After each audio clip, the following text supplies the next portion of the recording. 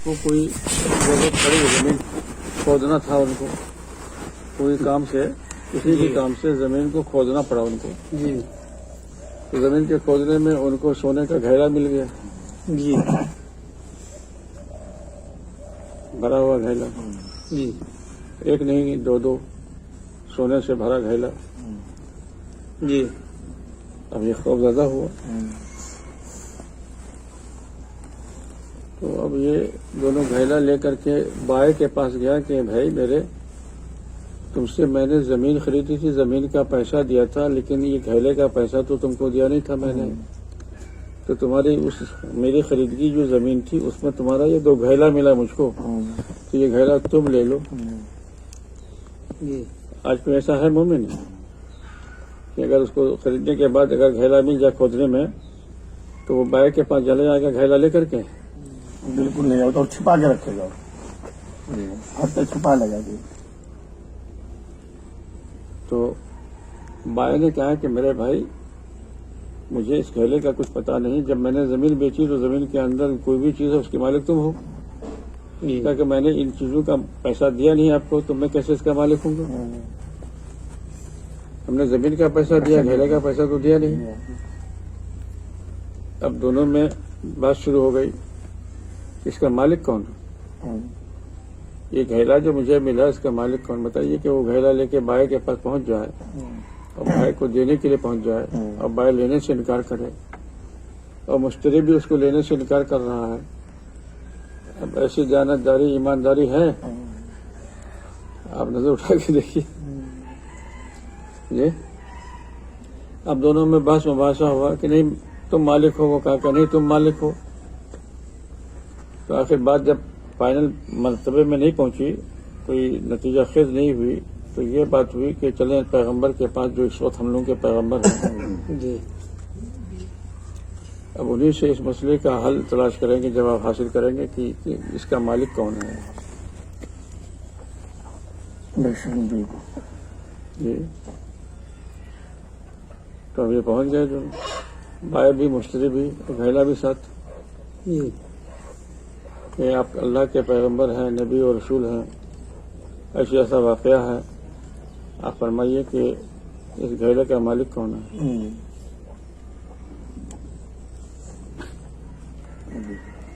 कितना टेढ़ा सवाल है।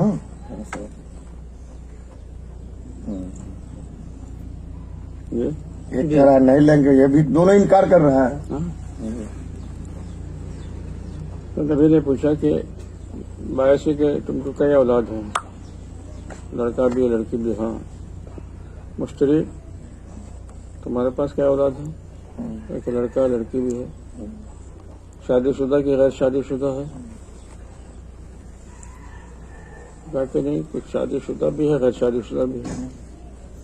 तो एक काम करो, तुम दोनों समझाना कर लो,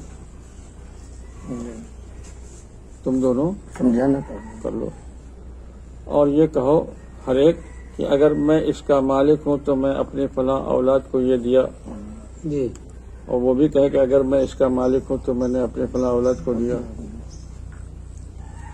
अब वो दोनों घेरे के मालिक तुम्हारे दोनों औलाद हो गए जी, और जायज रास्ता हो गया, दोनों समझी भी हो गए। समझी भी नहीं। मजा आ गया। मगर देखिए कहना यह है मुझे इस वाक़े के पस मंजर में जो हद रहेगा कि घेरा मिले और फिर वो लेने को तैयार नहीं हो और बाई को देने के लिए चला जाए, और बाई भी इस कदर खौफ खुदा दिल में रखता है कि जनाब वाला वो भी लेने से इनकार कर रहा है। तो आज अगर किसी को घेरा मिलेगा तो बाई के पास जाए, बोलिए।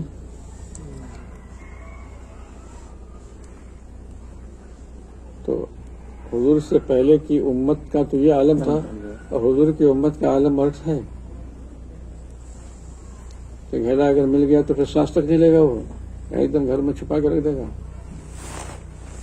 पता तक नहीं होगा, किसी को पता तक नहीं होगा जी। सांस तक नहीं लेने का मतलब वही हुआ कि उसको पता भी नहीं देगा किसी को। जी सब ऐसे होंगे थोड़े, और उसमें एक तो आप महीना से घर से कहीं जाएगा भी नहीं। नहीं, सब ऐसा थोड़े है। अब हम लोग ले सकते हैं, अब हुजूर के उम्मत में आप भी तो हैं हुजूर, ऐसे लोग भी तो हैं आज दुनिया में, कोई भी हो, लेकिन कहना यह है कि ज्यादातर दुनिया के हालात ऐसे हैं, ज्यादातर समझे, जी। कि लोग तो सब चीजों की परवाह नहीं करते, जी, ज्यादातर समझे। ज्यादातर ऐ तायरे लाहौती, उस रिश्त से मौत अच्छी, जिस रिश्त से आती हो परवाज में कोताही, समझे। कम से कम रिश्क तैयब तो खैर उसका हुक्म है कि कुलो मिन तैयबात मा रज़क़नाकुम, हमारी दी हुई पाकीज़ा रिस्क में से खाओ।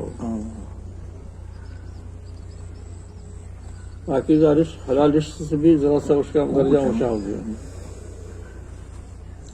तो चलो पाकीज़ा ना सही, कम से कम हलाल हलाल खाओ। तो जी, कम से कम निचला दर्जा हलाल का है, तो हलाल से तो नीचे उतरने की जरूरत नहीं है, हलाल पर आकर के उठना है, जायज कम से कम हो जाए। जी, मैंने इससे पहले आप लोगों को सुनाया था एक वाक़या कि हजरत बायज़ीद बुस्तामी अल्लाह के बहुत बड़े महबूब वली थे, अपनी माँ से कहा कि मेरी अम्मी, मैं याद इलाही के लिए कुछ दिनों के लिए गायब हो रहा हूँ, आप परेशान नहीं होइएगा, बस आपसे मैं गुजारिश ही करूंगा कि आप परेशान न हो, मैं कुछ दिनों के लिए आपकी नजरों से गायब रहूंगा याद इलाही के लिए। तो पहाड़ के गार में जाके इबादत में मशगूल हो गए।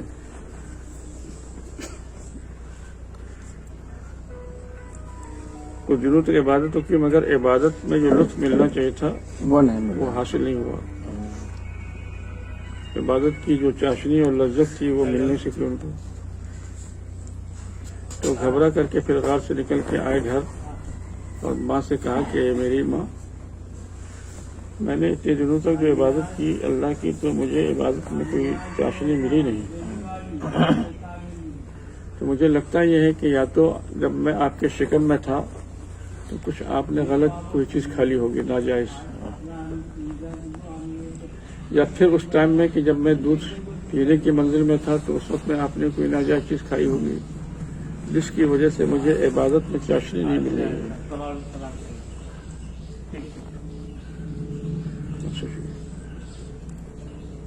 तो माँ बताओ कि कोई ऐसी नाजायज चीज तो आपने खाई नहीं थी उस वक्त जब मैं आपके शिकम में था, या उस वक्त जब मैं शीर खारगी के आलम में था। कहा कि बेटा तुम इतने दिनों की बात पूछ रहे हो, मैं क्या बताऊंगी की बात। कहा कि नहीं, अपने दिमाग पर जोर डालिए आप। जी, तो बच्चे के बार बार दबाव इसरार पर उन्होंने कहा कि हाँ बेटा, एक बात याद आई कि मैं तुम्हारे खाला के घर गई थी और उनके घर के छत के ऊपर एक मर्तबान में मुरब्बा था। तुम्हारी खाला की इजाजत के बिना हमने उसमें से एक मुरब्बा उठा के खा लिया था।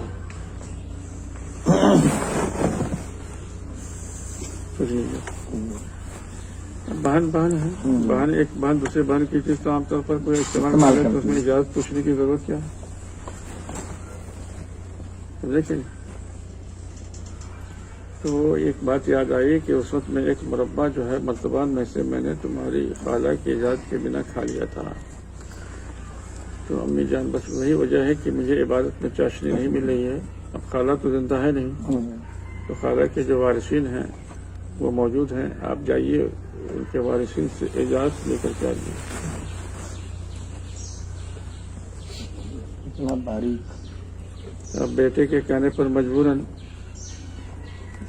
वो गई और अपने बहन बेटों से और बेटियों से कहा कि मेरा लड़का इतना जिद्दी है, परेशान करता है मुझको।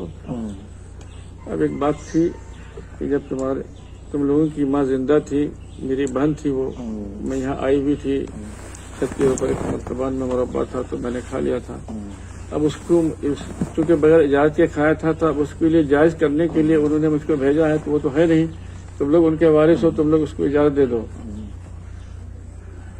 तो اس کے بہن کے لڑکیوں نے کہا کہ خالہ ایک مربع کھا لینے پر اس کی اجازت کے لیے آپ لوگ آئے ہیں، تو بہن کی چیز کھائی تھی تو اس میں اجازت کی کیا بات تھی؟ کہا کہ نہیں تم لوگ صاف صاف بولو، اجازت دیتے ہو کہ نہیں؟ ہاں یہ اجازت ہی اجازت ہے۔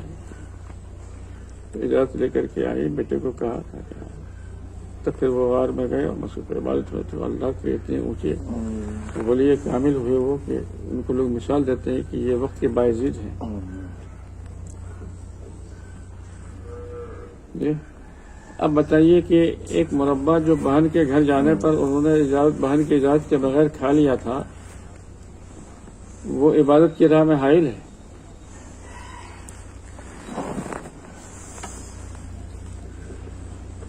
جی جی تو جن کی پرہیزگاری کا یہ عالم ہو، اب چاہیے کہ ان کا مقام کتنا اونچا ہوگا۔